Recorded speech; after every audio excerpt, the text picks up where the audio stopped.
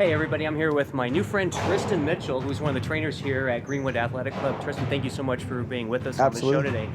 You know, you and I were talking just real briefly, and we both love to run, and it's great if we can actually get outdoors and run, and we're lucky in Colorado that we get a lot of beautiful weather, and it gives us a lot of opportunities to do that as opposed to other areas of the country. But let's face it, days are shorter, and we do get cold weather every now and then, and Absolutely. it may not be as fun. So one of the things that's almost a hard thing for us as runners to accept is having to go inside and work out, Yep. whether it's on the track or treadmill. And I know that you've got some tips and some ideas to help keep our viewers motivated and some cool workouts that they can do to get them through those times when they can't make it outside. Yeah, absolutely. I think if you are forced to run inside, I think, or if it's just smarter to run inside, like you said, whether it's icy out or dark or whatever the reasons may be, if you're inside, I think giving yourself variety is probably one of the biggest keys to running indoors, in my opinion. I think when you're getting on the treadmill, giving yourself some sort of interval workout to do, whether it's timed intervals or distant intervals, I think that's going to be a big way of kind of getting through an hour of just grinding away in a single spot. I also am a huge proponent of including some incline work on treadmills as well. I think a lot of people get a little uncomfortable with speed on a treadmill, especially as you're running faster and harder. You feel a little uncomfortable on that belt.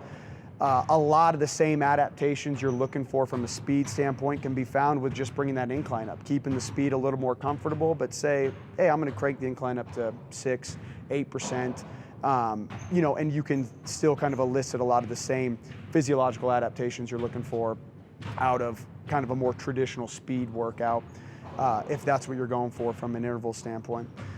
I would say when it comes to a track, at least, I think, especially a track like this, it's a lot of laps around this guy to equal 1 mile.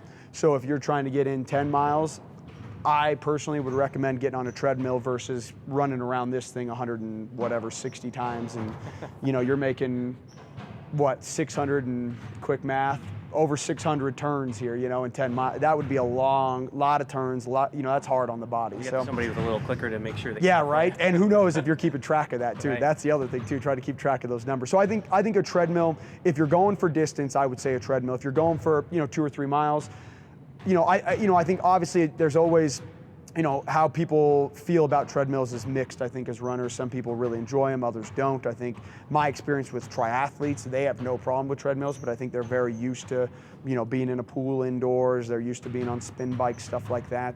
I think runner specific, a lot of people want a track. So if you want a track, use a track, but I would be cautious about how many laps, how many turns you're putting on your body, those sharp 90-degree turns, how many you're putting on. That's gonna take a little bit of a toll on the body over time for sure. So I think, be smart about your indoor running. If you're getting distance, jump on a treadmill. Otherwise, track's probably fine. And if you're on a treadmill, not every day can be an interval workout. Not every day can be hard work to kind of get through it. Some days, maybe you just got to get a good podcast. I'm a huge proponent of listening to a podcast while running, outdoors or indoors. I think TVs can be maybe a little too distracting, in my opinion. I think trying to watch something and run at the same time may be a little bit too much, but I think, having a podcast on anything that interests you, there's a million things out there you can listen to. I think that's just a great way to enjoy a running experience indoors or out. So you're talking a little bit about treadmill running, which I think is important for a lot of us because we have spring marathons, half marathons that are coming up, so we have training runs that we need to do, and like you talked about those longer distances, doing that on the treadmill. Obviously, when we go outside and we have hills, and we've got all these natural elements, wind and resistance and things like that. And you talked a little bit about that on varying whether the incline and things like that. What would be, just for our viewers and stuff like that, take us through, like, I got a half an hour run to do. What would be like a good sample type of program you might recommend to somebody on when they should, what type of warm up they should do, when should they incline, and obviously create some of the variety? Yeah, I think I'm a big proponent of variety in general, for sure. I think obviously when it comes to more broad recommendations, it depends obviously on the athlete, where they are in their training, what they're looking like when it comes to their cycle and overall volume, things like that. If you're just in the beginning of your marathon cycle, then, or if you're new to running, then I would obviously say, just get on and put some time on your feet kind of thing. Don't overdo it. If you're somebody who has got some experience, you've run some halves, run some fulls maybe, or maybe you're just a 10K guy who runs for performance, whatever that may be. If you're looking around for more kind of performance workouts themselves, I think, especially for a treadmill, I'm a big fan of shorter duration, higher intensity, kind of more bang for your buck. When you say you have a half an hour, again, if you're somebody who's running marathons and you need to be putting in long marathon pace tempo work on a treadmill, that's going to look very different. You're not going to be doing that in a half an hour. You probably wouldn't come in here with the idea of doing that in half an hour. But if you're like, hey, I've got a half an hour lunch, I want to get the most out of this workout, what's going to give me that? In my opinion, at least, don't underestimate, don't short your warm-up. Give yourself the warm-up. Warm-up is hugely important, I think undervalued by runners especially. I think too many of us look at warming up as my first mile. And I could go on for a long time about why that's not a good idea. There's a lot of things that you probably should do around your warm-up, but I won't bore you with that. So let's say if we're just getting on that treadmill, half hour, spend that 10 minutes, 10, 12 minutes, getting a good warm-up going.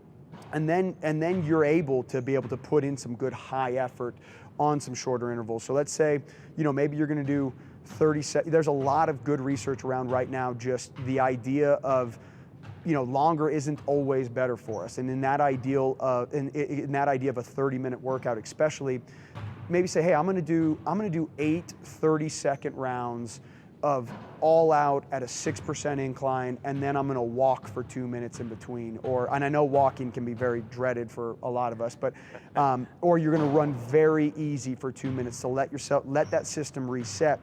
The idea or the concept around that is more making sure that each interval is you're not getting kind of pulled into that more fatigued gray zone training, which I think a lot of runners find themselves in. Unless you are very, very conditioned and have a lot of good running experience and a lot of volume under you, a lot of the times when you're doing interval work and you don't give yourself a proper recovery, each successive interval is going to come down in intensity a little bit, and you're losing some of that adaptation at that point. So again, I think if you're going 30 minutes, 10 or 12 minutes to warm up, go short, high intensity, bang for your buck intervals, and then bring it down. Give yourself a good recovery. Allow yourself to reset in between each interval.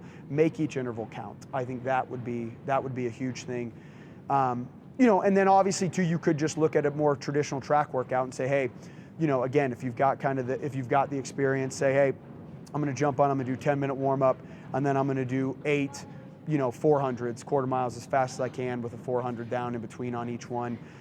To me, that would be something I would prescribe to a little bit more of a conditioned runner than somebody who's just getting into it. So I think it's definitely varies on the athlete.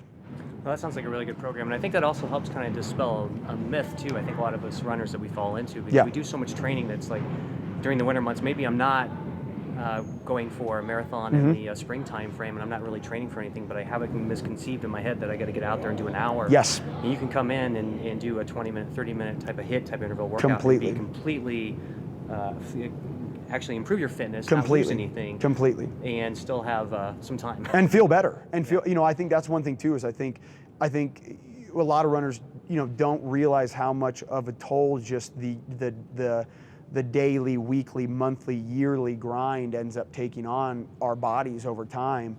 And, I'm speaking from somebody who's been running seriously for the last decade, anywhere between, a low volume week for me is 50 a week. A high volume week when I'm in full marathon training is going to be somewhere around 80, 90.